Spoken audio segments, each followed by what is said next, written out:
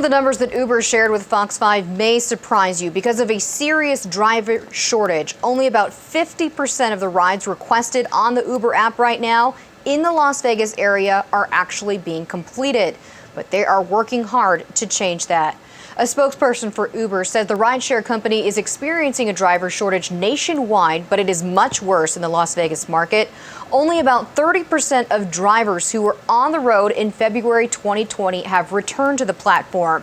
And while supply of drivers is low, the demand for rides is high and continues to get higher, not quite at pre-pandemic levels, but certainly will be soon.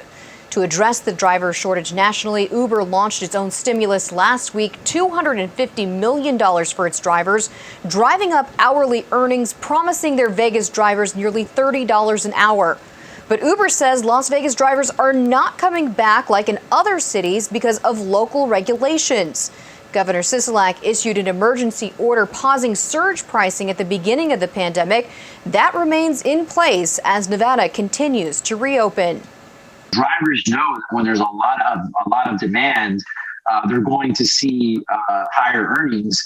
And by not having that mechanism in place due to local regulations, a lot of drivers, quite frankly, are choosing just to stay home. Right now, Las Vegas is one of the worst, if not the worst market in the country in terms of the rider experience.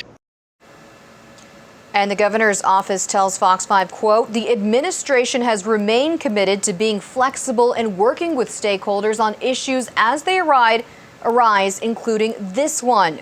We are aware that agencies are reviewing this issue and working toward potential solutions.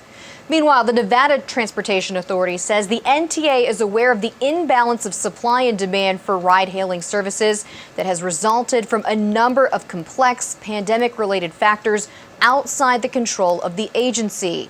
The agency continues to be in contact with all stakeholders, and it is monitoring the situation. We too at Fox 5 will continue to follow what's happening. Live for now at the Update Desk, Kim Passoff, Fox 5 News, local, Las Vegas.